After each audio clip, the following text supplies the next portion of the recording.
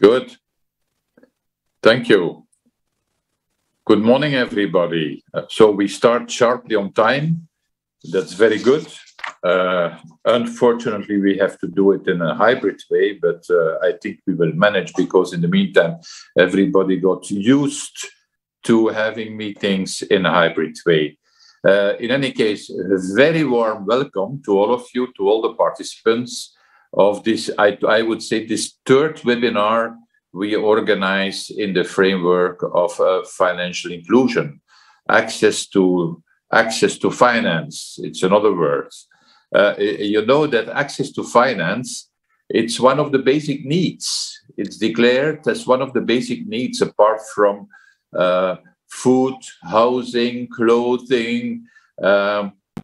Basic access to finance is also one of the basic needs. And that's also why we, as the Med Confederation, which is promoting the socio-economic cooperation around the Mediterranean,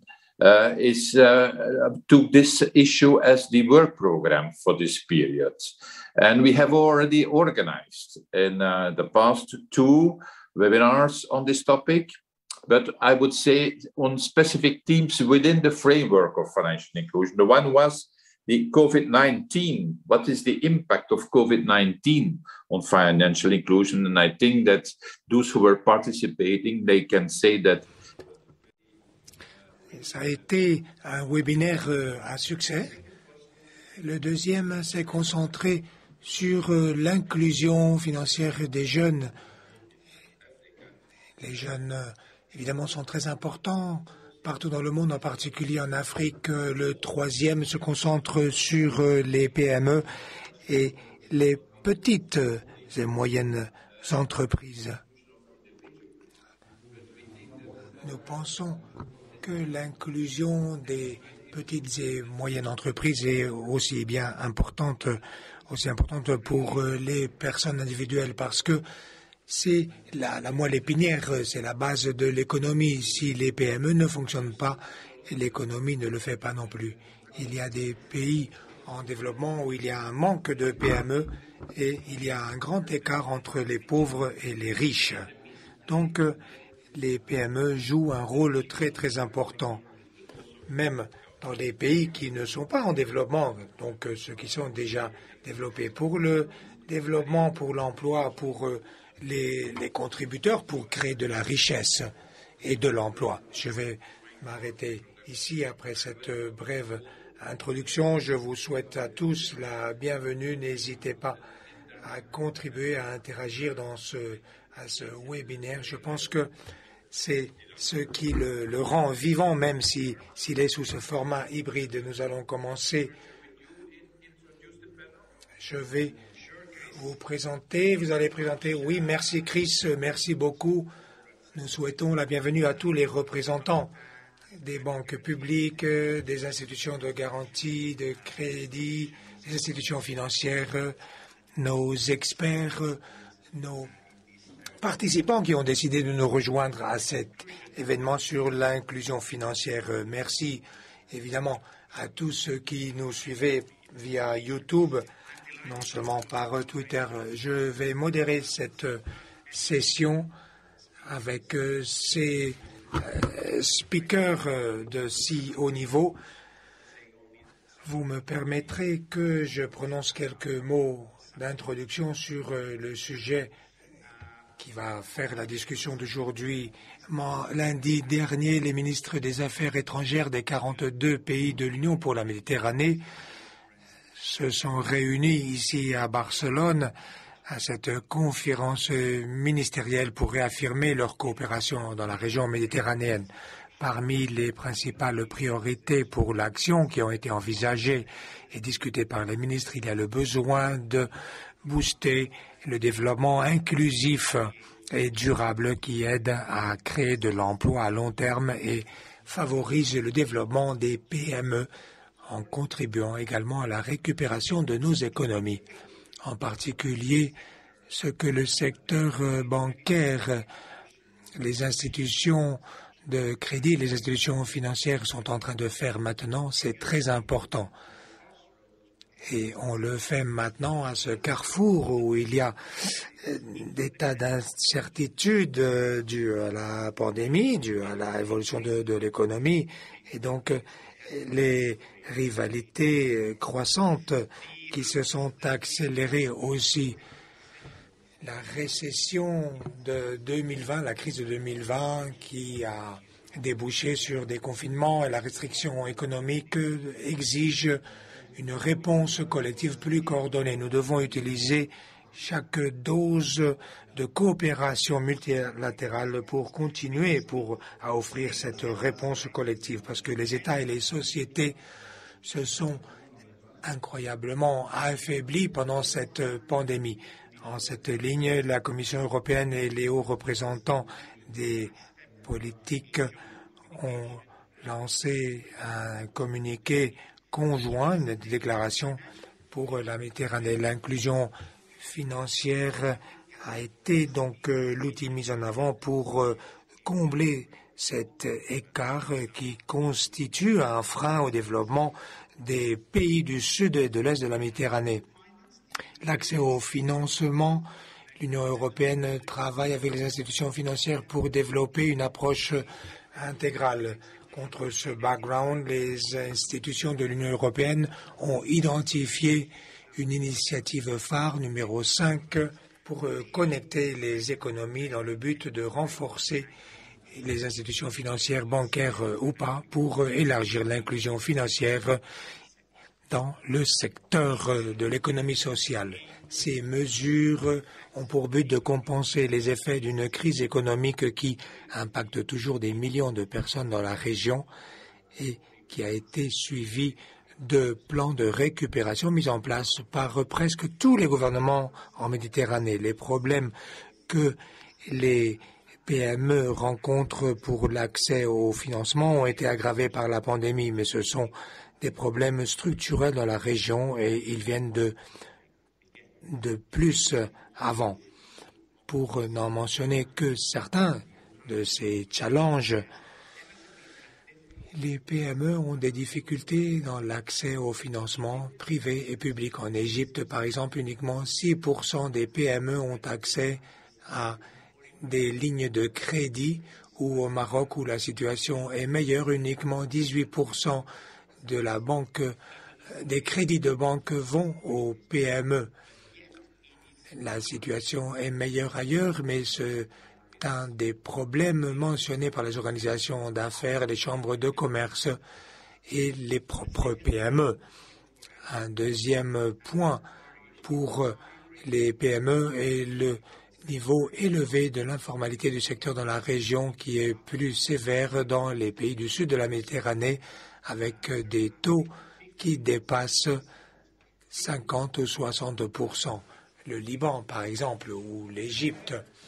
Et un troisième point que je tiendrai à mentionner concernant les difficultés que rencontrent les PME, c'est que lorsqu'elles vont à l'international pour les capacités d'exportation et pour bénéficier des chaînes de valeur globales ou originales. Par exemple, 88% des sociétés en Tunisie n'exportent pas, et dans les pays du Sud, uniquement 0,4 des PME bénéficient de chaînes de valeur globales. Ce ne sont que certains des faits que nous avons en tête lorsque nous abordons cette question. Nous avons un panel qui va aborder, donc nos conférenciers qui vont aborder ces questions-là. J'ai le plaisir de vous présenter Monsieur Hicham Zanati Serghini. Il est le directeur national de financement de l'entreprise au Maroc. Cette société a été nommée Tamblecrom. C'est un nom très à la mode, très attachant. Mes félicitations après 70 ans de l'existence de la Caisse centrale des garanties, CCG, qui est un partenaire avec lequel nous avons coopéré depuis de nombreuses années. Monsieur Zerghini est également le président de l'Association professionnelle des institutions de garantie en Afrique, le président du conseil de directeur du CITFAN Azure Innovation et le président du comité de supervision de fonds de supervision PME Croissance, M. Zerghini. Nous sommes très heureux et très honorés de vous avoir parmi nous. Vous avez la parole, monsieur.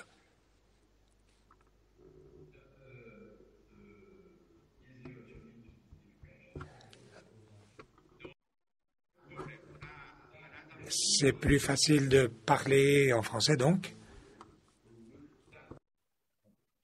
Bien, vous m'entendez?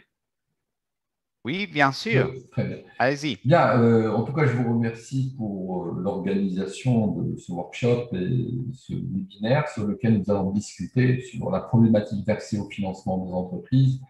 Vous comprendrez très bien que je parlerai essentiellement, on va dire, de l'exemple marocain, et puis ce qui nous rattrape à travers la crise du Covid sera, on va dire, un des principaux points que j'aborderai. Comme à l'image des autres pays, le Maroc a subi de plein fouet la crise sanitaire, et donc la crise du Covid-19. Et tout le pays devait, on va dire, réagir pour faire en sorte de pouvoir faire face aux répercussions de cette crise. Donc, pas uniquement, je parle de côté économique, mais de manière générale, sur le plan sanitaire, c'est-à-dire comment faire en sorte que les Marocains soient le moins touchés dans leur corps, en tout cas par ce virus, mais également une bonne organisation pour pouvoir réellement prendre des bonnes décisions, notamment sur le côté économique et social, avec la création sous donc, les hautes directives de Sa Majesté d'un fonds dans lequel un certain nombre de ressources ont été alimentées pour faire face à un certain nombre de besoins, notamment sociaux, mais également économiques.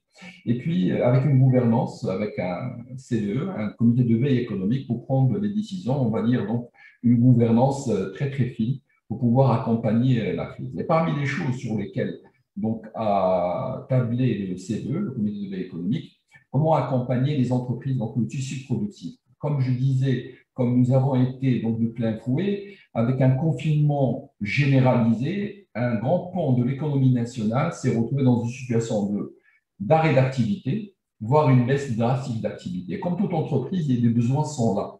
Vous devez faire face à un certain nombre de charges, au personnel, etc. Et donc, la première, on va dire, réaction pour sauver et pour aider ce tissu économique, c'est qu'on a mis en place un produit qui s'appelle Daman Oxygène.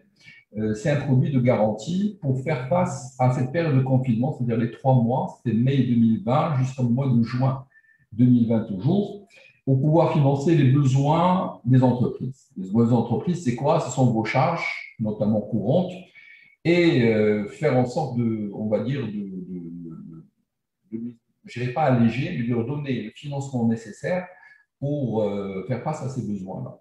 Et sachant très bien que la question du financement se posait de manière générale, notamment pour ce tissu économique, mais le travail qui a été fait avec le secteur bancaire, c'est être réactif, faire très vite et faire en sorte donc de pouvoir mobiliser les ressources nécessaires à ces entreprises. C'est ce que nous avons fait au cours des 3 premiers mois. Et nous avons permis, en tout cas les banques ont pu obtenir la garantie pour quelque chose comme 49 000 crédits qui proviennent à 90% de TPE. Et puis, la sortie après du confinement, il fallait faire face à la reprise d'activité. Et là, un plan de relance global donc, a été décidé, sur lequel quelque chose comme 7 milliards d'euros devaient être mobilisés en faveur des entreprises pour leur permettre de relancer leur activité. Alors, l'idée au fond, c'était quoi? C'était comment faire en sorte de financer, on va dire, leur BFR, mais au lieu de le faire, on va dire, sur des lignes d'exploitation classiques, l'idée, c'était de pouvoir le mettre sur la durée et de le lisser sur la durée pour le permettre, on va dire, je dirais pas de compenser, mais de financer, on va dire, les pertes qu'ils auront enregistrées au cours, en tout cas, des 3 mois qu'ils ont subi, on va dire, un confinement, et surtout de tenir compte d'une reprise d'activité qu'on savait très bien qu'elle ne sera pas rapide. Et donc, il fallait mettre en place donc, ce financement pour pouvoir les financer. Et je dirais qu'on a réfléchi sur des produits spécifiques pour la très petite entreprise, des produits, on va dire également avec des conditions bien spécifiques pour la PME, voire même les ETI, voire pour certaines grandes entreprises. Mais on va dire la dimension également sectorielle était présente, car comme vous le savez, la question de l'accès au financement, à l'image des autres pays, dont un des secteurs est un secteur important, et le tourisme, je crois que les pays méditerranéens, nous partageons, on va dire, cette question, c'est qu'il fallait faire également un produit spécifique pour le secteur tourisme, mais principalement pour le secteur hôtelier, vu, on va dire, l'importance de l'investissement qui sont réalisés par ces entreprises-là. Et puis également, on a fait également un produit bien spécifique pour un secteur également important, c'est celui de l'immobilier, la promotion immobilière, vu que le Covid avait ralenti un certain nombre de projets, et donc un produit bien spécifique a été mis en place. Et donc, nous sommes partis, comme je disais, sur des lignes qui sont au fond après traduites en des CNT sur des maturités de 7 ans avec 2 ans de différé, le temps, comme je disais, de donner à ces entreprises le temps de pouvoir rembourser, de ne pas le mettre rapidement dans la difficulté financière. Donc, nous avons essayé donc de financer ces entreprises jusqu'à fin décembre. Et puis, au mois de décembre, nous avons, en tout cas, le CVE a décidé de reconduire pendant 3 mois, puis après 6 mois. Et donc, jusqu'au mois de juin, nous avons travaillé avec le secteur bancaire pour financer donc, les différentes entreprises qui ont exprimé leurs besoins. Et là, nous avons également touché quelque chose comme 50 000 entreprises. 50 000 crédits. Enfin, 50 000 entreprises, ça fait 50 000 crédits. Et donc, au total, donc, ce sont près de, sur les 2 mécanismes, que ce soit Oxygène, que ce soit sur les dispositifs de relance, c'est quelque chose comme 100 000 crédits qui ont été garantis par l'institution. Comme vous l'avez bien dit, aujourd'hui, c'est Milcom, la Caisse centrale de garantie, après 70 ans de loyer service tire sa révérence, elle laisse la place aujourd'hui à Milcom. Je parlerai tout à l'heure, peut-être, s'il le faut, sur à peu près de nouveaux modèles sur lesquels nous entrons. Et puis, la question donc, de l'accès au financement est une question centrale sur laquelle nous avons essayé de répondre pendant cette problématique du Covid. Maintenant, c'est bien, certes, nous avons été présents de manière, on va dire, massive lors de cette période, en tout cas de confinement, puis après de reprise. La question qui se pose, qu'est-ce que nous allons faire après ? Et je pense que les entreprises, et je parle de notre cible, à savoir les TPE essentiellement, c'est à ce moment-là qu'elles ont encore plus besoin de nous. Pourquoi ? Parce que après les avoir aidées, en tout cas la majorité d'entre elles, à pouvoir passer ce cap, l'idée, ce n'est pas de retirer le tapis. Au contraire, nous devons encore être beaucoup plus présents pour leur permettre de passer, on va dire, le cap et donc de leur permettre d'accéder au financement. Je parle bien sûr principalement certes du BFR, je parle également de l'investissement parce qu'aujourd'hui, la reprise se fait également par l'investissement. Et donc, on réfléchit également sur des outils, mais tout en tenant compte également en arrière-plan de la situation telle que se présente aujourd'hui. Vous avez un certain nombre d'entreprises qui ont certes bénéficié du financement, mais pour lesquelles il va falloir qu'on puisse réfléchir comment leur donner toujours de la marge et de faire en sorte que, on va dire, le sommet, le financement qu'elles ont atteint, qu'elles n'aient pas sur le surendettement. Et donc, la réflexion aujourd'hui, c'est comment pouvoir retraduire le bilan de ces entreprises tout en leur laissant la possibilité d'aller au financement. C'est là où on est réellement attendu. Bien sûr, certes, sur la question des entreprises qui ont certes bénéficié, qu'il faut qu'elles continuent, mais c'est également la dynamique économique. Vous avez parlé d'inclusion financière, vous avez parlé de la nécessité de créer. Quand je prends par exemple le tissu économique au Maroc, la question de la création et du développement des entreprises est centrale.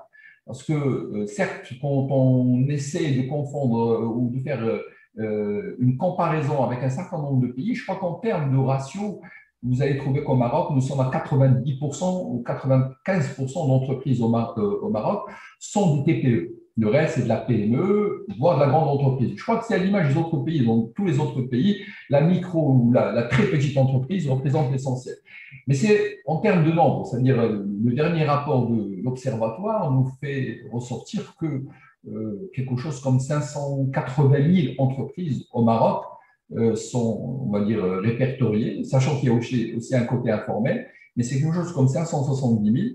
Et le défi pour nous, c'est réellement d'avoir un nombre d'entreprises beaucoup plus important. C'est là où la création et le développement des entreprises devient central. Et l'accès au financement reste une problématique centrale, certes importante, peut-être qu'il y a d'autres éléments sur lesquels il faut également intervenir, mais l'accès au financement reste central.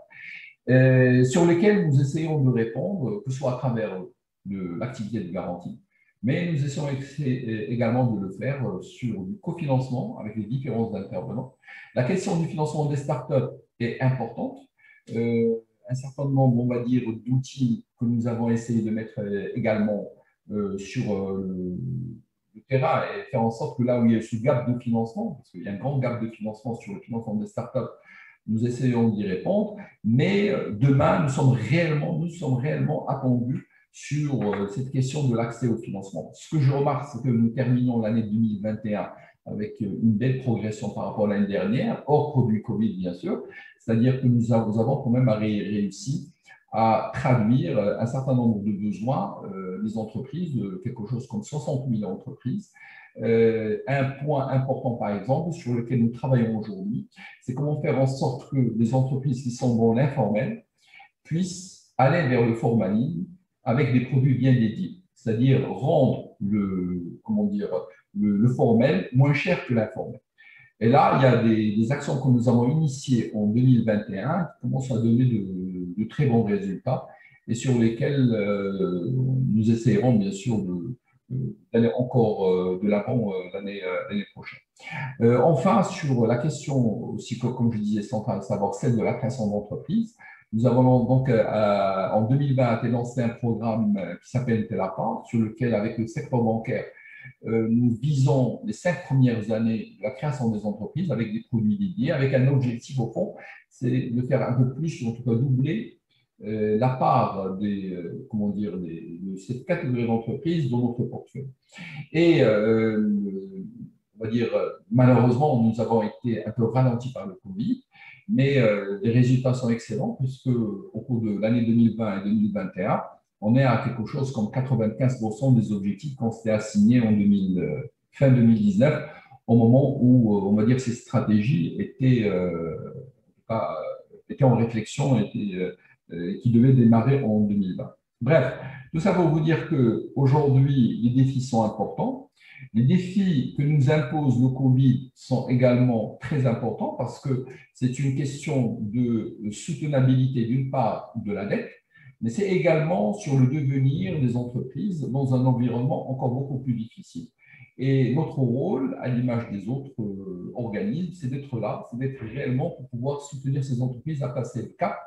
Et s'il y a un point sur lequel je voudrais terminer, c'est de dire que le soutien politique est nécessaire. Un système de garantie part du principe que le marché a beaucoup de vertus, sauf qu'il soit parfait. Et une intervention indirecte de l'État est nécessaire pour pouvoir corriger ces imperfections du marché, tout en, bien sûr, ne pas créer des distorsions au niveau du marché du financement. Mais votre intervention est nécessaire. Pourquoi? Parce qu'elle corrige ce marché-là. Et il vous permet, bien sûr, un retour, non pas sur l'activité de l'institution elle-même, mais beaucoup plus sur l'activité économique. Ce sont des milliers d'entreprises qui vont pouvoir se créer, des milliers d'emplois qui vont se créer, voire se maintenir. C'est là, on va dire, où l'État va être gagnant et non pas sur l'institution financière. Bien sûr, cela nécessite également des règles et une discipline. Les règles, c'est quoi? C'est une bonne gouvernance, une bonne supervision bancaire, tout en tenant compte, tout à fait normal, de la spécificité de l'institution.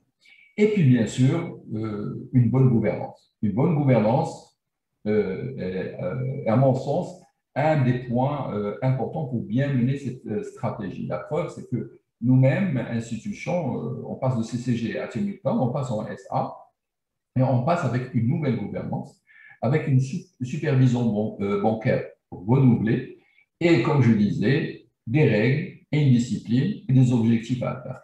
Merci. Merci bien, Hicham, for this very inspiring. J'espère que nous avons pu quand même traduire les paroles de monsieur. Je retiens quelques éléments, la récupération économique qui prend plus de temps que ce que nous attendions.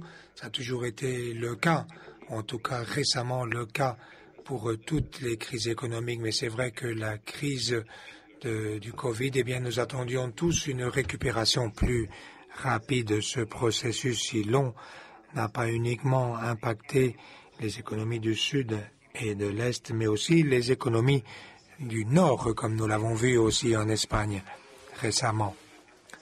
Je mettrai également l'accent sur le problème de la taille des sociétés. C'est une caractéristique des économies méditerranéennes. Nous avons notre tissu productif très fragmenté.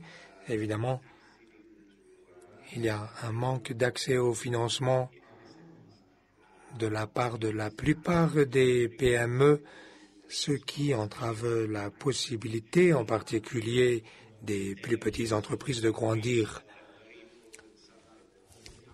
Vous avez mentionné aussi comment passer de l'informel au formel. Tous les programmes que vous avez mis en place depuis la CCG avant et maintenant à Tamelcom, et finalement une question très importante telle que la gouvernance. Comme vous l'avez bien dit, la gouvernance implique non seulement lutter contre la contrefaçon, comme vous l'avez mentionné, mais aussi le fait que les autorités publiques doivent intervenir les marchés pour corriger ces manques ou ces imperfections du marché. Lorsque nous évaluons la situation des PME, eh bien, dans nos économies, nous voyons clairement ces imperfections du marché, et l'intervention du secteur public est plus que justifiée. Nous passons maintenant à notre prochain rapporteur, à l'est de la Méditerranée, encore au Maghreb, et je suis heureux de souhaiter la bienvenue à Neila Harbi,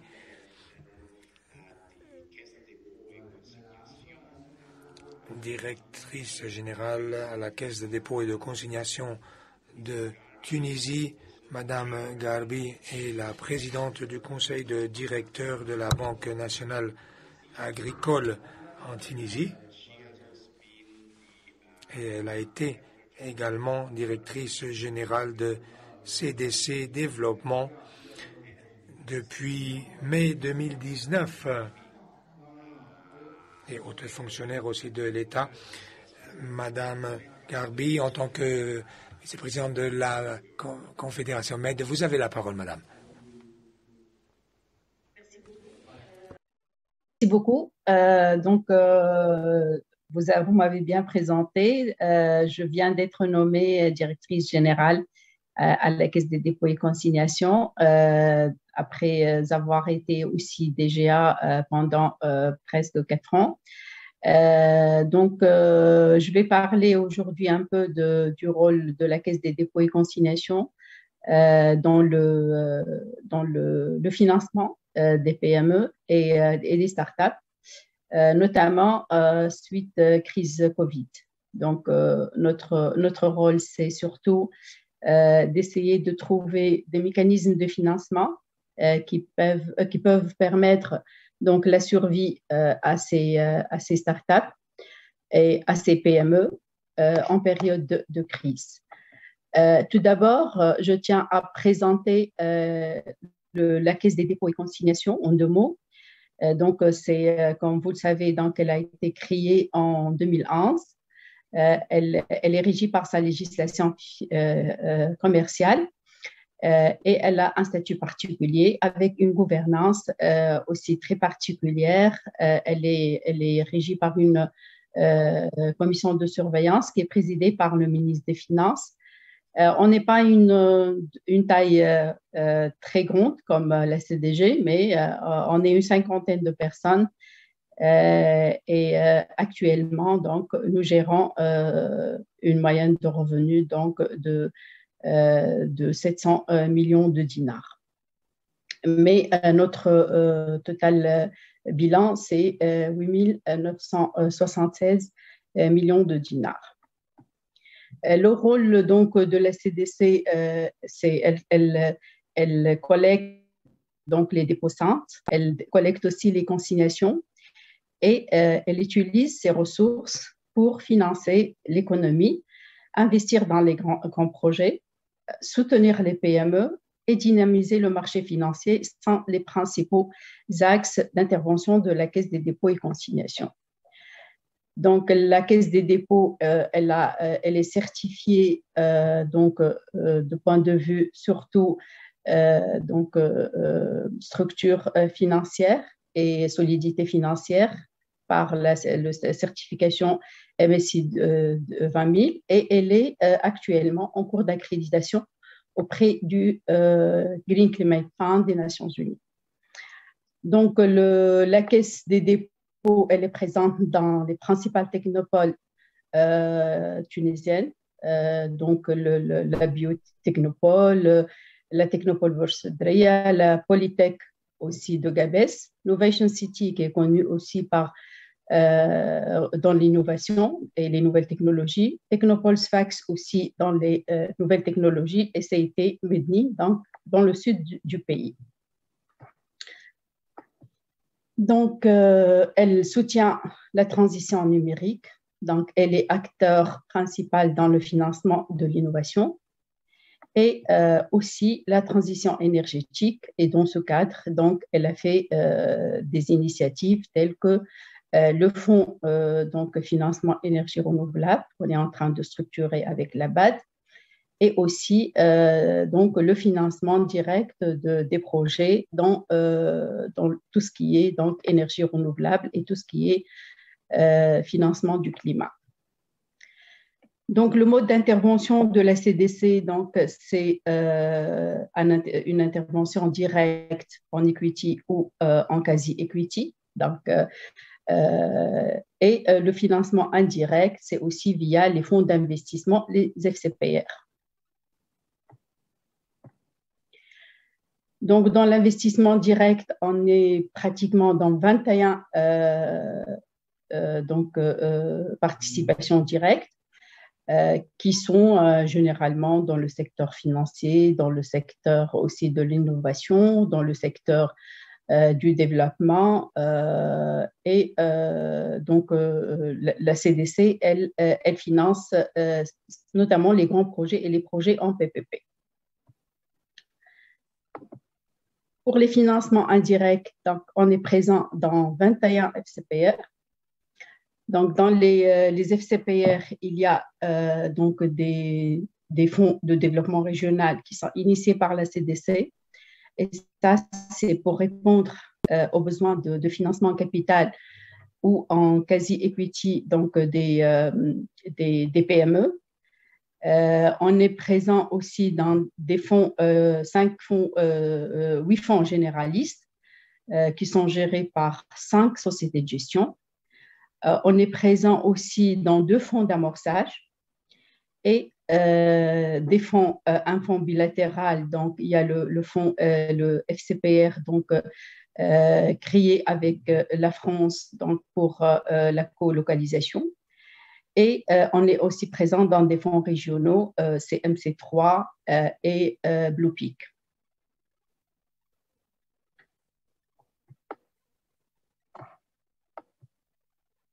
Donc, la CDC a souscrit pour un montant total de 172,5 millions de dinars dans les FCPR et 15 millions d'euros dans les fonds régionaux.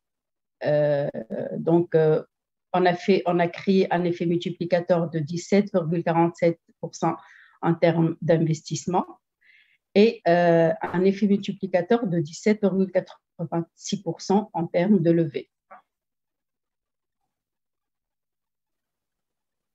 Nous arrivons maintenant à tout ce qui est donc dynamisation du marché financier et qu'est-ce qu'on est en train de présenter pour aussi soutenir les PME qui sont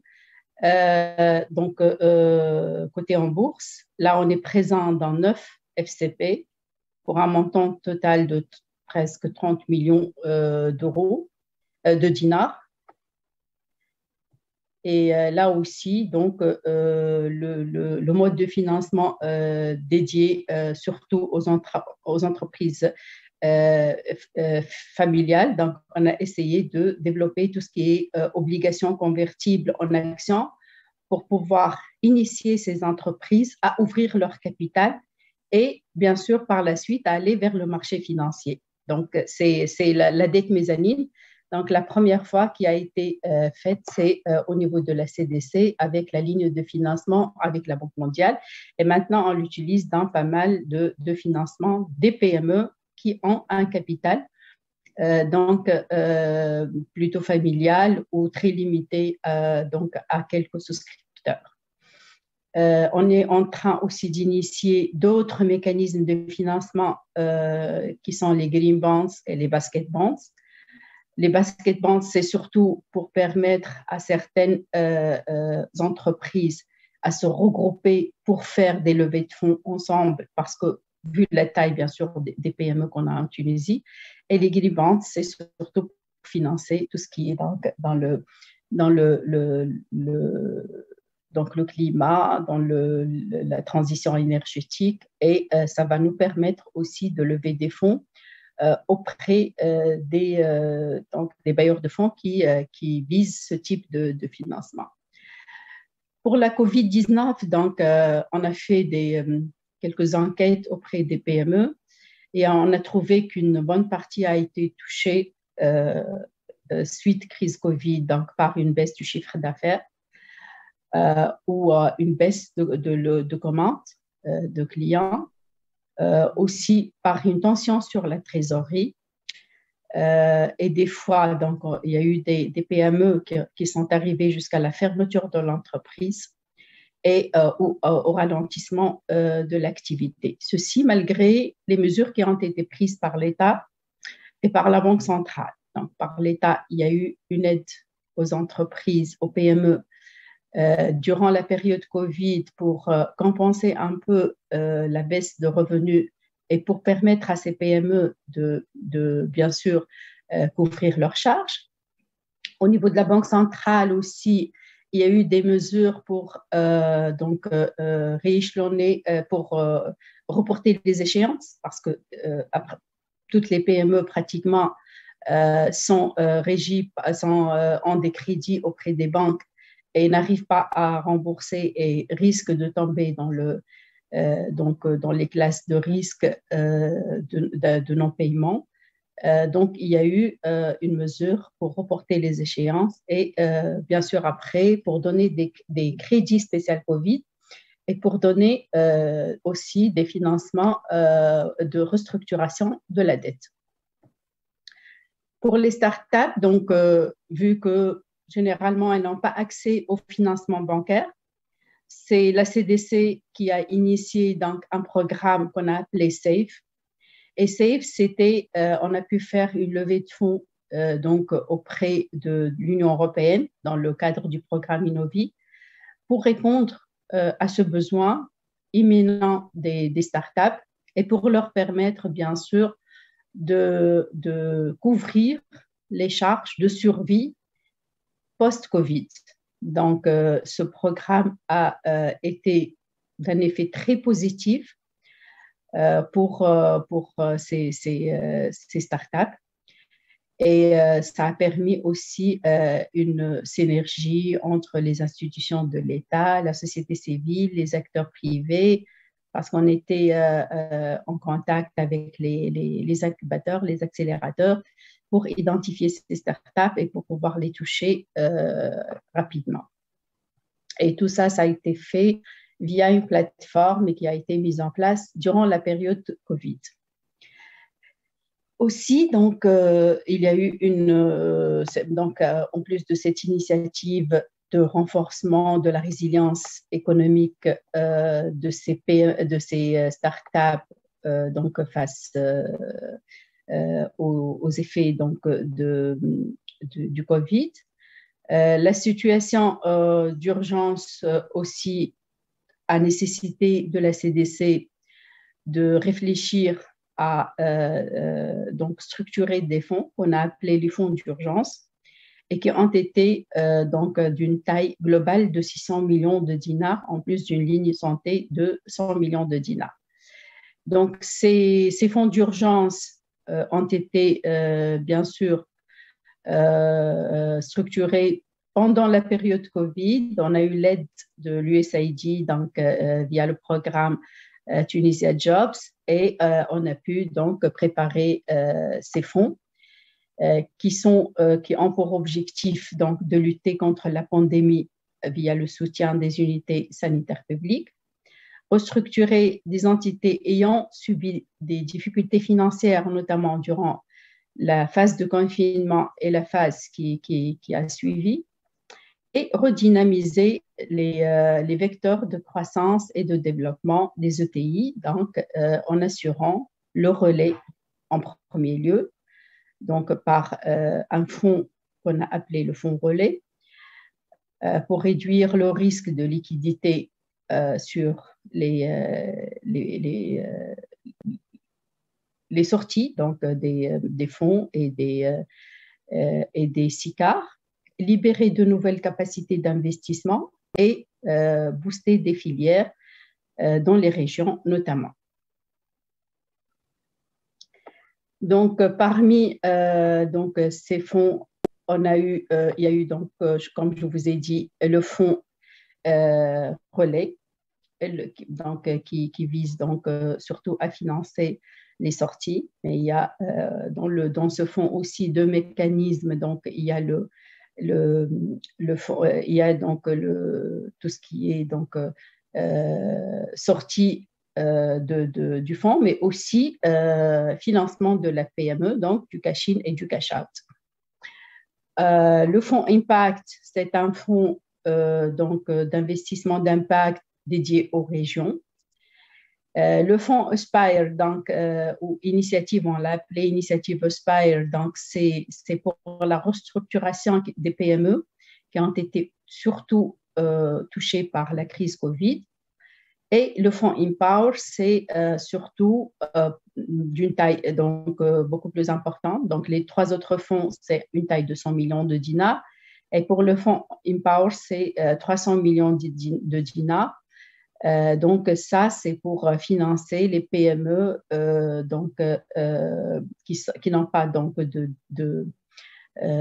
difficultés structurelles et qui ont un potentiel de développement. Et ce fonds, c'est avec des tickets beaucoup plus importants, donc qui dépassent les 5 millions de dinars. Donc, on a essayé de répondre avec ces fonds à tous les tickets. Donc, le fonds Aspire, c'est entre 1 million et 5 millions le ticket. Le fonds Impact, c'est inférieur à 1 million. Et le fonds relais, donc entre 3 et 6 millions. Et le fonds Empower, c'est supérieur à 5 millions de dinars. On peut aller jusqu'à 30 millions de dinars. Donc, ce fonds aussi, Empower, on a après scindé en deux compartiments, dont le compartiment B a été confié à une société de gestion tunisienne co-gérée donc, avec une société donc anglaise. Et le compartiment A, on va relancer donc, le choix de la société de gestion qui va le gérer. Donc, actuellement, on a fait aussi une autre initiative période Covid. C'était la création d'une plateforme digitale. Et cette plateforme, donc, on l'a appelée Je suis Invest.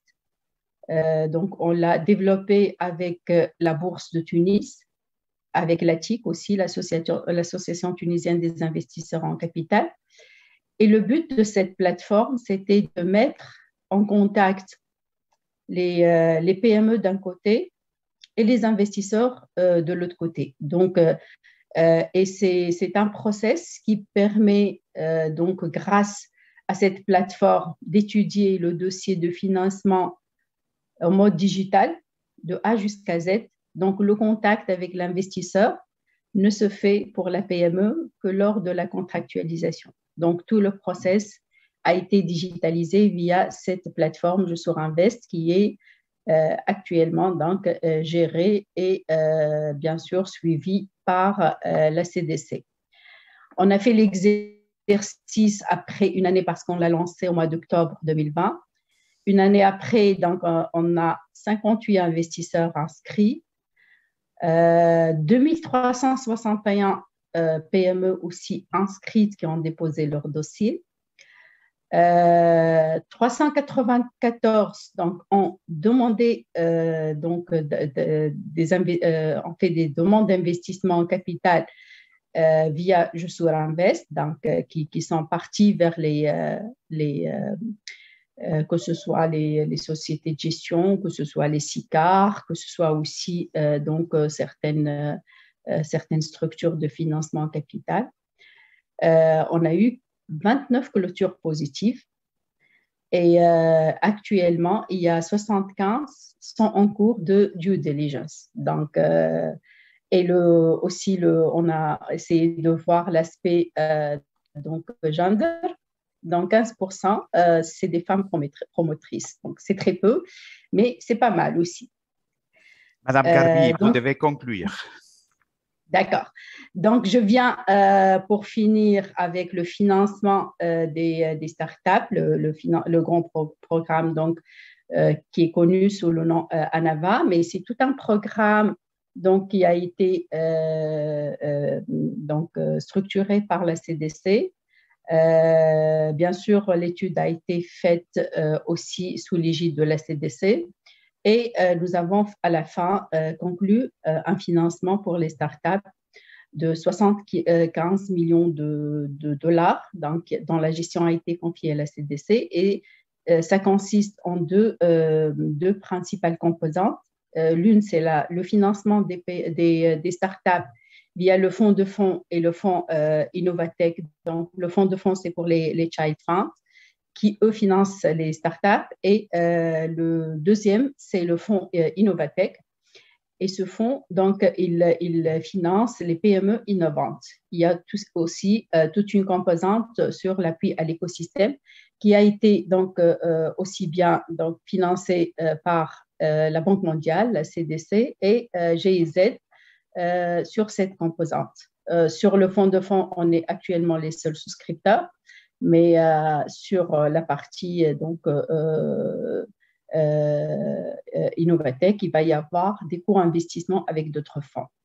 Il y a eu aussi la mise en place d'autres programmes et initiatives tels que le projet en lien qui vise surtout à l'appui aux promoteurs et à accompagner les initiatives entrepreneuriales qui s'insèrent dans le cadre de la lutte contre le chômage des jeunes et la dynamisation de l'entrepreneuriat. Et un programme, donc ce programme a permis la labellisation de 25 startups, l'octroi de 250 prix d'honneur, l'attribution de 14 packs services pour les startups, la formation de 393 producteurs agricoles parce qu'il y a une initiative dans ce programme qui consiste donc à faire un premier, on va dire, plateforme de commerce équitable en Tunisie dédiée pour les agricultrices et les femmes dans les régions. FAST, donc aussi c'est un programme, tous les deux programmes ont été faits avec l'AFD et FAST, il vise donc Femmes Accélération Start-up et TPE et c'est un programme qui vise à financer les start-up, à financer les TPE et aussi à financer les initiatives et les programmes qui visent à développer l'entrepreneuriat féminin. Voilà, donc j'ai essayé d'être rapide, de dire ce qu'on a fait jusque-là et je reste à votre disposition pour répondre aux questions. Merci Madame Gari, merci pour cet exposé si clair de toutes ces initiatives, ces programmes, ces fonds que vous avez créés. C'est encourageant de voir que malgré la situation difficile que rencontre la Tunisie à présent du point de vue politique et économique, eh bien qu'il y a des institutions telles que la vôtre qui essaye de changer et d'aider le tissu entrepreneurial, l'environnement, la situation dans la direction que vous avez mentionnée. Nous vous remercions pour ces programmes que vous avez mis en place, des programmes de financement. Ils sont sans doute une grande opportunité d'avancer dans la direction de pouvoir construire des économies résilientes, inclusives et durables. C'est un signe très, très prominent de votre engagement dans ces domaines-là. Et je me demande à quel point les fonds verts ou environnementaux sont aussi importants pour financer l'inclusion financière. Aussi, nous avons maintenant 2 autres rapporteurs importants. Maintenant, je vais vous présenter le 3e rapporteur de ce webinaire d'aujourd'hui, Nadine Girard,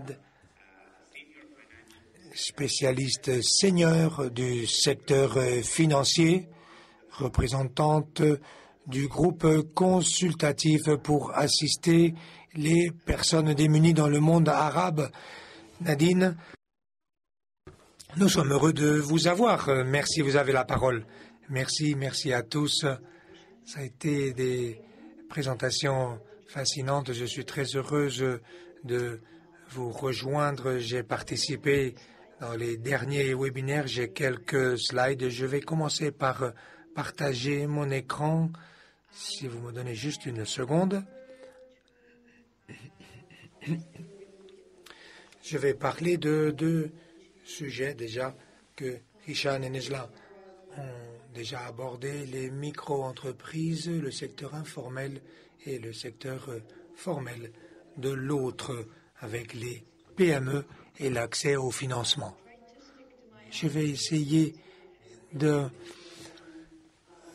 me limiter aux 10 minutes qui m'ont été allouées. Je vais commencer tout de suite par une vue d'ensemble de l'accès aux finances dans la région.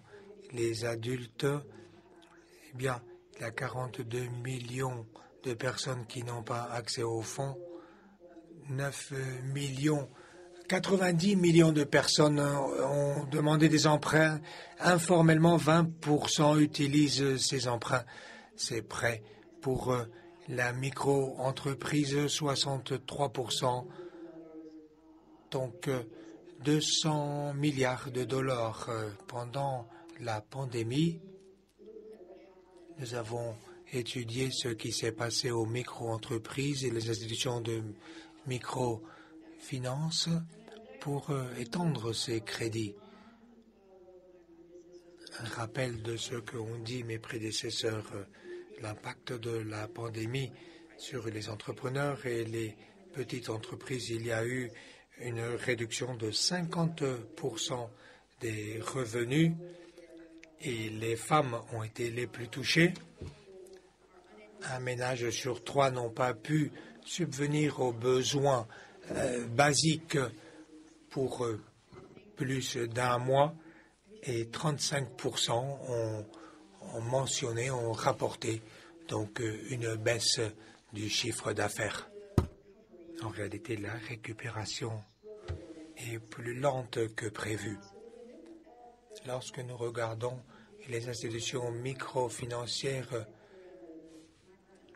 qui ont travaillé sur le secteur informel, eh bien, en 2020, ils n'avaient pas de liquidité et il y a eu des problèmes donc de dépôt de bilan dans de nombreux cas. À travers cette présentation, vous aurez des liens sur plusieurs publications que nous avons faites. N'hésitez pas à les consulter. Notre étude a montré que les confinements ont eu un impact modéré sur quelques opérations, quelques branches ont fermé, quelques succursales qui ont fermé, 16%, en particulier celles qui s'étaient digitalisées avant, eh bien, ce sont celles qui ont eu les taux de survie les plus élevés. évidemment.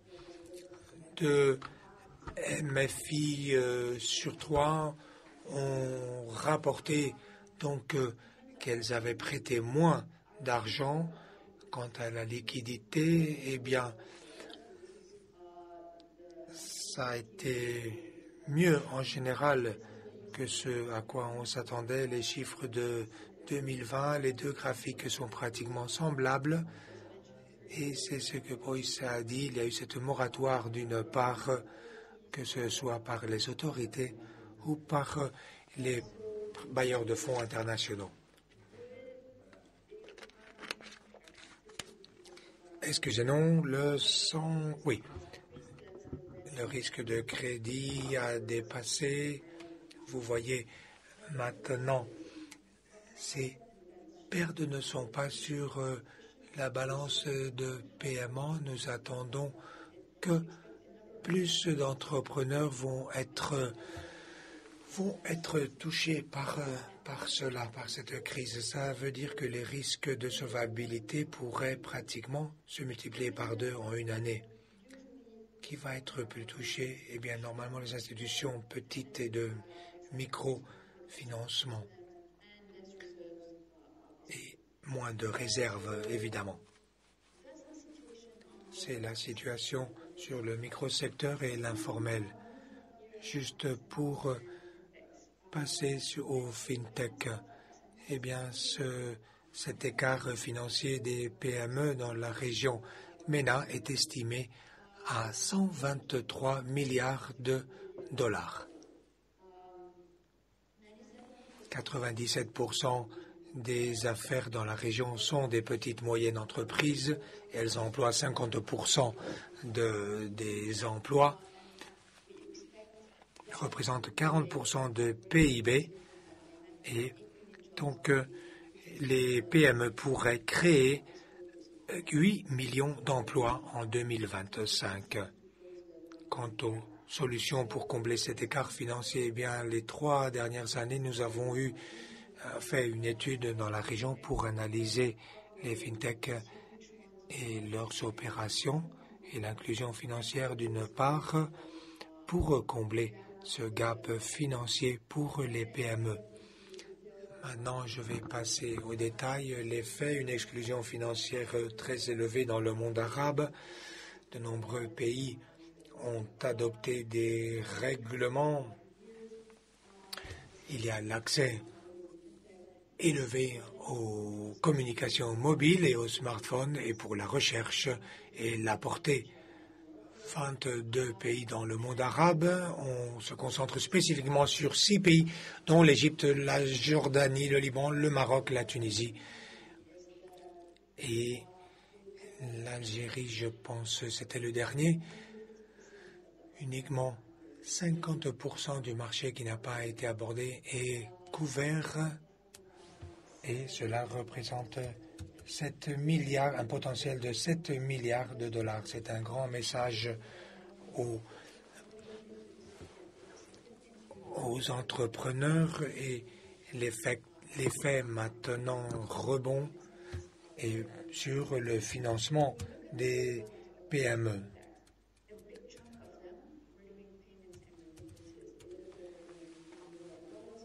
Les paiements sur la catégorie plus haute, les tendances globales, eh bien, paiement et envoi d'argent, eh bien, c'est le plus haut, ça représente 44% des remboursements.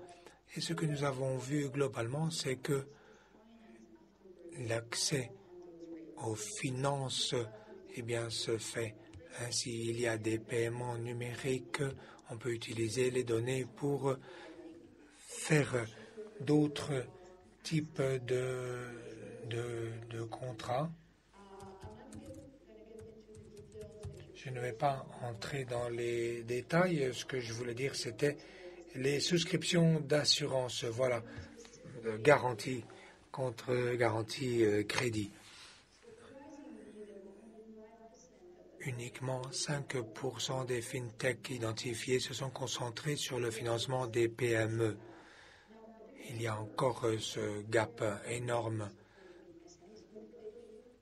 20% des 400 FinTech ont appuyé les PME de manière plus large en se concentrant sur UAE, 31%, l'Arabie saoudite, 21% et l'Égypte, 20%.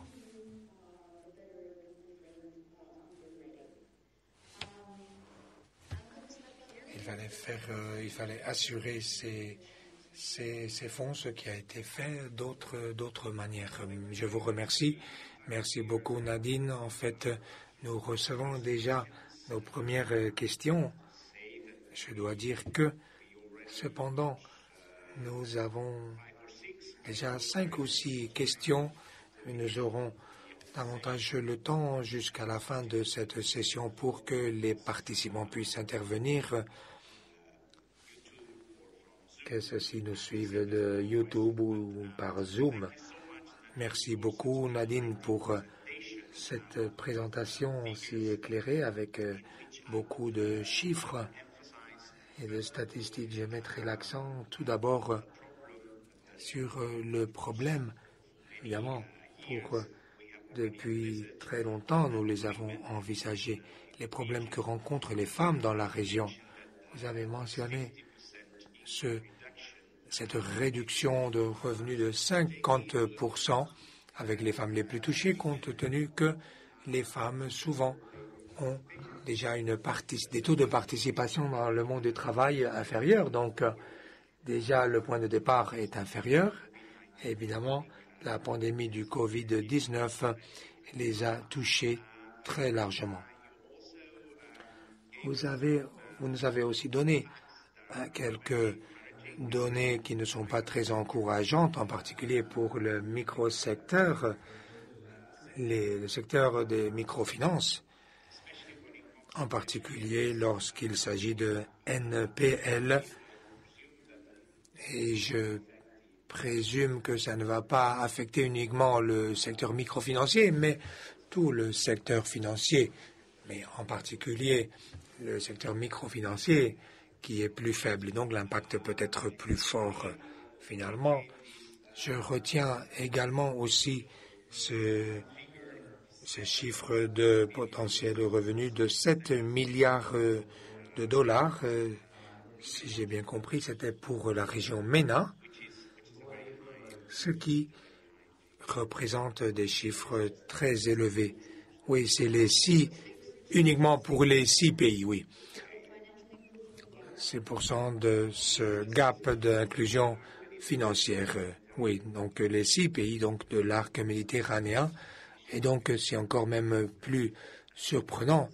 Et je pense que les décideurs, probablement, ils le connaissent, mais en tout cas, ils devraient certainement réfléchir sur le potentiel qui est inexploité dans la région. On va passer maintenant à notre dernier rapporteur avant d'ouvrir quelques minutes de questions et de discussions avec nos chers panélistes. Et je suis heureux de vous présenter Jessica Alfaro, spécialiste du secteur financier. Elle est à présent spécialiste du secteur financier au Forum financier des PME, une institution qui coopère, qui a été établie par le D20 pour l'inclusion financière, géré par le IFC de la Banque mondiale. Elle collabore avec l'Université de Navarre à Pampelune, ici en Espagne. Jessica, nous sommes heureux de vous avoir parmi nous et je vous donne la parole et je partage votre écran. Merci beaucoup. Je vais donc essayer de ne pas dépasser le temps. Je suis très heureuse d'être ici. Merci à nos hôtes. Je vais vous donner un aperçu de nos données. Regardant l'accès des plus petites entreprises au fonds de récupération. Très rapidement, 230 membres qui opère dans des tas de pays. Dans les 5 dernières années, nous sommes devenus le réseau principal des PME. Nous avons des membres très divers. Eh bien, à l'échelle globale, nous avons quelques données qui peuvent être utilisées pour appuyer ces informations, ces rapports que nous avons vus. Quelles sont les plus grandes barrières pour l'accès des PME aux finances? Comme nous le savons, ce sont les principaux moteurs de développement économique. 97% des affaires sont des PME. Et nous voyons que ça pourrait atteindre 99%. Et évidemment, l'accès au financement est typiquement l'une des barrières les plus importantes pour la croissance pour ces très petites et petites moyennes entreprises. Les opportunités d'emploi restent inexploitées et donc nous avons ce gap, cet écart financier dans les pays en développement qui est estimé à hauteur de 5 billions de dollars, ce qui représente 1,3 fois le niveau actuel de prêt des PME. Roger en a parlé, Nadine a mentionné aussi cela, mais ces barrières spécifiques pour l'accès au financement des PME dans l'offre et la demande. Les petites affaires ont des difficultés de croissance. Elles n'ont pas donc des chiffres, ne réunissent pas les conditions requises pour l'accès au financement, requises par les banques. Et donc des banques, des bailleurs de fonds qui considèrent que c'est trop risqué de leur prêter de l'argent. Elles peuvent être sous-développées. Il y a des environnements politiques d'instabilité, etc. Donc c'est un environnement difficile. Les PME sont sous-représentées dans quelques industries, sont surreprésentées, dans des industries qui ont été touchées par le Covid, telles que la construction, telles que le tourisme, par exemple, aussi, et les services. Comment cela a eu un impact? Eh bien, ce que nous avons commencé à faire au début de la crise a été d'essayer de d'établir le bilan. Donc, et ceci a été fait à travers 10 études depuis le mois d'avril 2020. Je vais partager quelques données de cette étude. Sur le site web, vous avez les résultats de cette étude qui a été faite. On peut voir qui a répondu à cette étude récente. J'espère que ce sera un benchmark et que nous aurons les représentants de la région dont nous parlons maintenant. J'espère que nous ayons quelques résultats positifs par rapport à cette étude. Le slide suivant, s'il vous plaît. Comme nous le voyons, notre portefeuille, est-ce qu'il a été affecté, il a été touché négativement? Eh bien, il y a des effets significativement négatifs. Le slide suivant.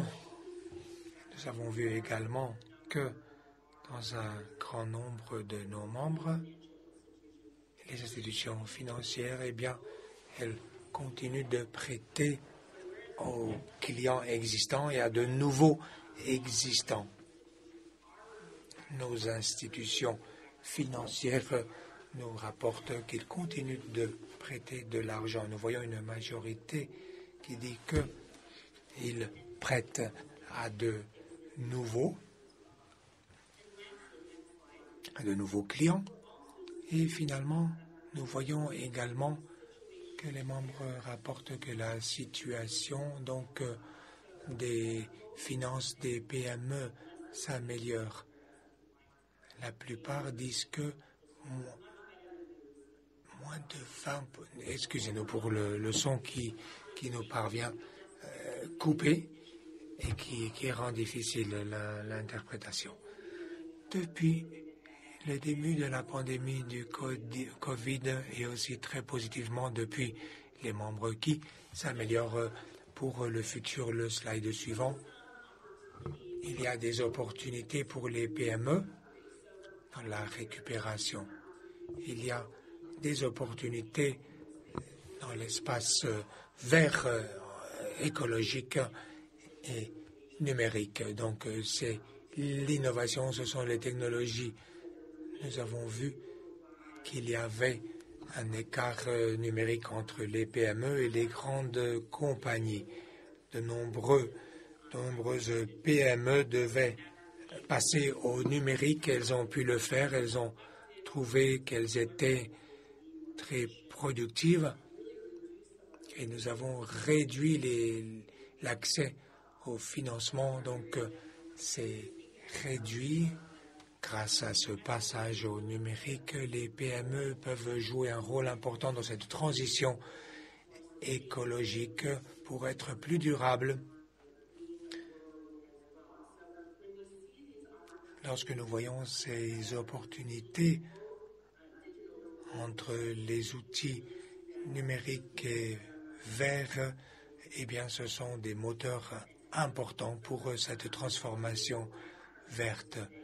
Pour revenir à notre étude, regardez un peu l'impact que nous voyons autour de ces outils numériques. Le slide suivant, s'il vous plaît. Ce que nous avons vu, c'est que nombreux de nos membres ont commencé à se numériser et à passer à cette transformation digitale. Pour la plupart, c'était dans le domaine des paiements, des services de paiement. Aussi, des institutions ont passé leurs applications d'emprunt en ligne. Les opérations ont été automatisées également pour appuyer les PME pendant la pandémie du Covid. Le slide suivant. L'une des zones les plus importantes, les technologies donc de banque ouverte, API, et comment cela a appuyé vos institutions, accéléré vos affaires, machine learning, l'intelligence artificielle, le cloud computing. De nombreuses institutions ont été intéressées ou ont établi des partenariats avec des sociétés fintech, donc pour offrir des produits, des services financiers numériques. Et le dernier slide, voici les recommandations clés en digital et en vert. Donc, des programmes d'emploi et d'incentives pour accélérer donc la mise à jour numérique des PME et aider les propriétaires et les employés des petites firmes à développer leurs compétences numériques, encourager les gouvernements et les acteurs privés à promouvoir le comportement vert des PME à travers donc ces aides financières et l'introduction de ces pratiques vertes et d'autres appuis. En tout cas, c'est une note positive, un développement positif. Je serai heureuse de répondre à vos questions ou commentaires. Merci beaucoup, Jessica, parce que votre conclusion nous a donné beaucoup de force. En vérité, vous avez apporté beaucoup d'optimisme qui était si nécessaire à présent. Et l'un des problèmes que nous réalisons lorsque nous discutons dans la région méditerranéenne, c'est que nous risquons d'être dans une spirale de pessimisme. Nous avons besoin désespérément de lumière. Et vous avez attiré l'attention sur la digitalisation qui ont lieu non seulement dans les PME ou les grandes sociétés, mais les toutes petites aussi dans la région. Et à quel point les PME aussi passent à la transition verte, comme nous l'avons entendu. C'est une très bonne manière d'avancer sur ce chemin vers une économie plus résiliente et plus durable. Nous disposons de quelques minutes pour les questions, les réponses, les commentaires. Nous disposons de 15 minutes et j'ai déjà rassemblé plusieurs questions. Je vous pose une question. C'est Christina de l'Italie. Elle demande comment pouvez-vous expliquer les disparités régionales dans la région MENA, par exemple. Pourquoi le Maroc fait mieux alors que la Tunisie ou l'Égypte ne font pas aussi bien? Je ne sais pas qui souhaite répondre d'abord, étant donné que le Maroc est placé en meilleure position. Je ne sais pas si vous voulez partager avec nous vos recettes miracles, Jessica ou Nadine, je ne sais pas, Hicham peut-être, Negia, je ne sais pas. Qui parmi vous?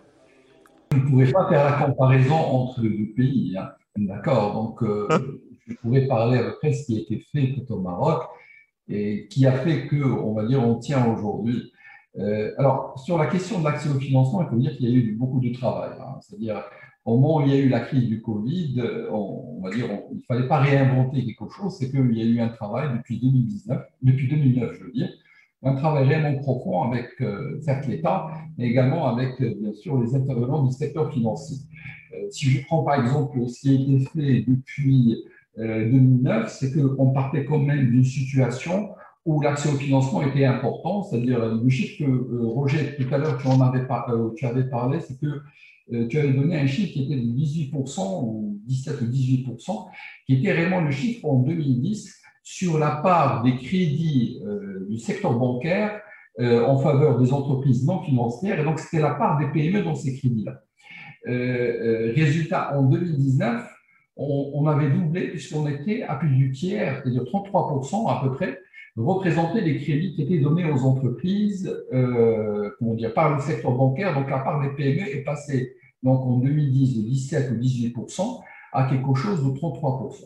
Ça, c'est la première des choses. Pourquoi? Parce que la dynamique du financement d'entreprises était au centre, on va dire, des préoccupations. Certes, avec une dynamique du secteur bancaire, parce qu'il faut le dire, c'est que nous, on va dire au Maroc, on a un secteur bancaire qui est très dynamique, notamment sur la question du financement, pas uniquement au Maroc, mais même à l'international, puisqu'aujourd'hui, les banques marocaines, vous allez les trouver sur tout le continent africain. Deuxième chose, c'est qu'il y avait une stratégie publique où l'idée, c'est de dire que au secteur bancaire, c'est que sur le financement des PME, on va y aller ensemble. Et au fond, en disant quoi, certes, nous savons que la PME est centrale, la question du risque pose, eh ben, on va aller sur un partage de risque ensemble avec un objectif, c'est de faire davantage ce qui était fait auparavant. Et donc, on avait développé avec nos partenaires du secteur bancaire essentiellement, on va dire une sorte d'offre qui épouse le cycle de vie de l'entreprise, certes de la créa, mais de dev, sur le BFR, sur la question même, on va dire, du développement de l'entreprise, c'est-à-dire à chaque moment, on va dire, du stade de vie de l'entreprise est un moment important et pour lequel il fallait donner, on va dire, une réponse. Et c'est comme ça que nous avons travaillé ensemble. La digitalisation, en tout cas pour l'institution que je représente, était au centre. C'est-à-dire comment faire en sorte de faire de la masse dans un environnement qui va vous demander, par rapport à ce que vous faisiez auparavant, je dirais une armée. D'accord? Donc, il fallait, le digital était la seule solution. C'est ce qui nous a permis d'avoir cette agilité. La preuve, c'est qu'on faisait, nous, avec le secteur bancaire, quelque chose comme 800 à 1000 dossiers de crédit par an jusqu'en 2010. En 2019, on a fait quelque chose comme 30 000 dossiers. Je parle d'annuel, hein, c'est-à-dire pas long cours, annuel. Mais les effectifs, on est passé de 85 à 139 personnes. Pourquoi? Parce que le digital était au centre, ce qui nous a permis d'avoir une montée, je dirais, en production très importante, comment dire, sur cette période, tout en essayant d'avoir, on va dire, cet équilibre. Donc ça, c'est la première des choses. Deuxième chose, comme je disais, c'est le secteur bancaire qui est derrière. Et puis, on a essayé d'ouvrir de nouveaux leviers. Quand j'ai nouveaux leviers, c'est-à-dire, nous avons travaillé, par exemple, avec un certain nombre d'associations qui font de l'accompagnement pour pouvoir garantir les prêts qu'elles donnaient à ces bénéficiaires. Nous avons également incorporé des AMC, c'est-à-dire le microcrédit, sur la problématique du passage de l'informel vers le formalisme, avec une offre beaucoup plus intéressante par rapport à celle du marché, pour pouvoir, on va dire, séduire ceux qui sont de l'informel en leur disant « venez dans le formel, ça va vous coûter moins cher ». Bref, il y a tout un travail qui a été fait. Donc, comme je disais, c'est un travail public-privé. C'est un travail où l'idée initiale n'était pas de créer une distorsion du marché, mais laisser le marché travailler et venir corriger avec des instruments ouverts et surtout sur le sens d'un partage de risque. Et puis, au moment où il y a eu la crise, comme il y a tout ce travail qui a été fait, il fallait uniquement se mettre d'accord sur des mécanismes. Et dès fin mars, c'est-à-dire au bout d'une semaine, on était prêt avec le secteur bancaire pour pouvoir accompagner le tissu économique. C'est ce qui nous a permis aujourd'hui, on va dire, de faire face à la demande importante qui était exprimée lors de la crise du Covid. Maintenant, comme vous l'avez dit, les défis aussi sont importants.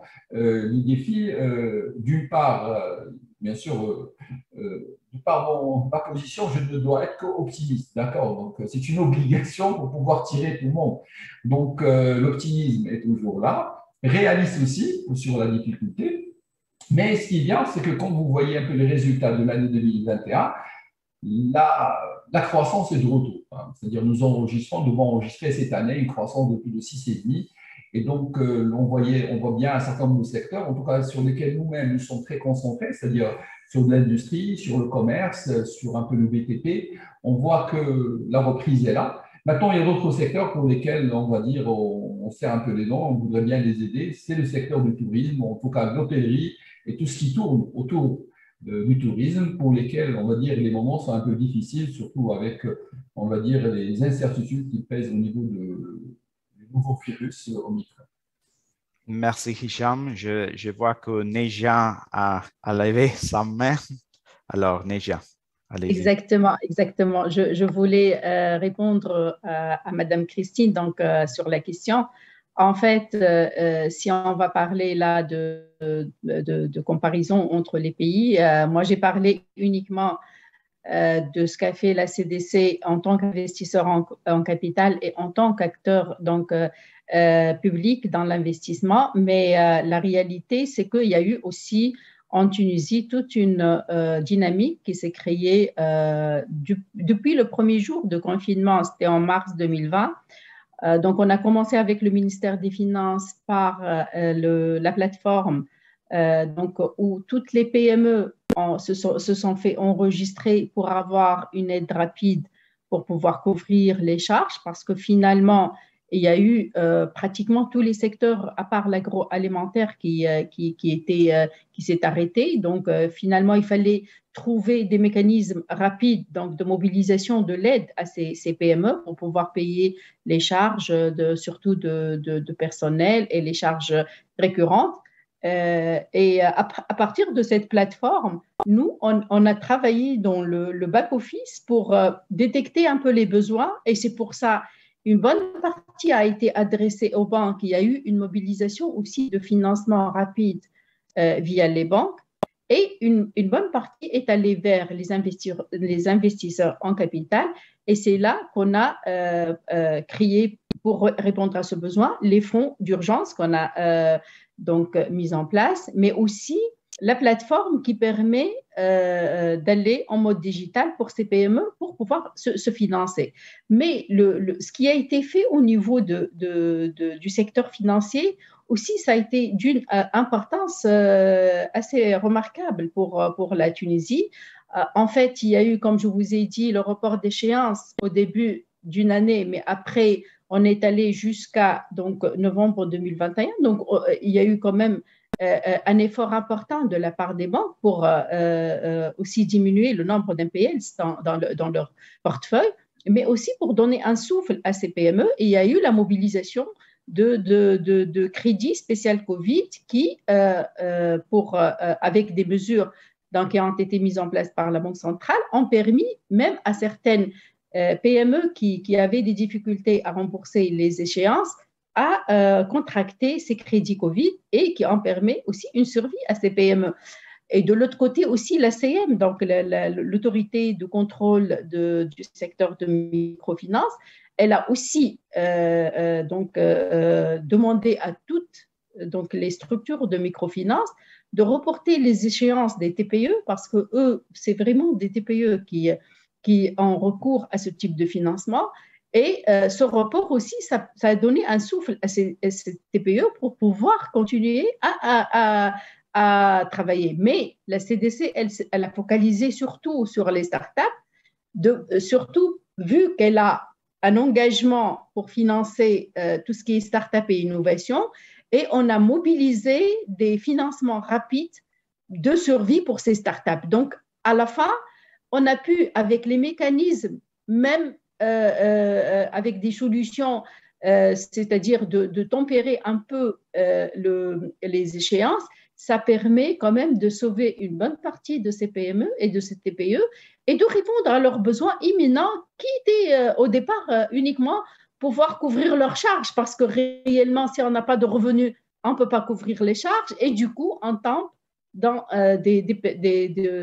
surtout la partie sociale parce que des salaires qui ne sont pas payés, ou il y a eu aussi des mesures fiscales, il y a eu des mesures avec les caisses de sécurité sociale. Et tout ça, c'est pour donner un peu un souffle et pour que les PME soient plus ou moins résilientes et peuvent affronter cette crise qui a été touchée par tous les secteurs, pas uniquement le secteur du tourisme, mais le secteur, on a beaucoup de secteurs dans l'industrie qui font de l'exportation, qui ont été aussi pratiquement paralysés pendant une bonne période de Covid où il n'y avait pas surtout de vol aérien, il n'y avait pas de vol de transport maritime et du coup ils se sont retrouvés dans donc un arrêt partiel ou total de leur activité. Donc le passage au mode digital, ça a permis de répondre.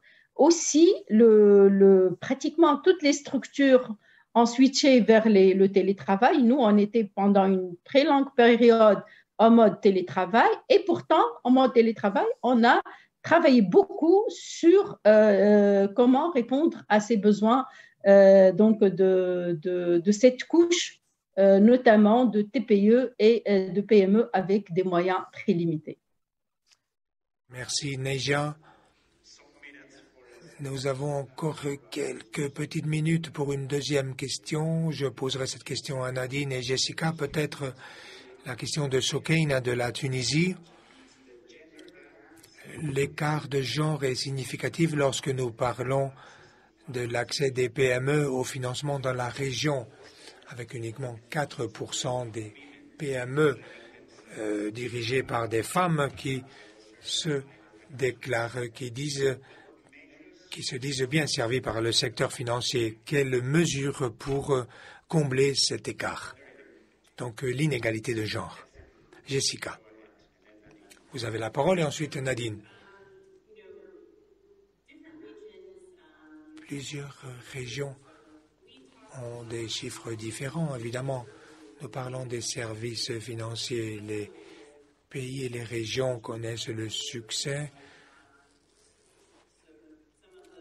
Donc, ces questions qui parlent des femmes, c'est mettre à leur portée des services, des avantages, ça pourrait les aider, ça peut être des programmes de formation, ça peut être des groupes d'appui, l'accès au marché, toutes ces choses-là que nous n'avons pas toujours nécessairement, n'est-ce pas? Ça peut être quelque chose de très encadré.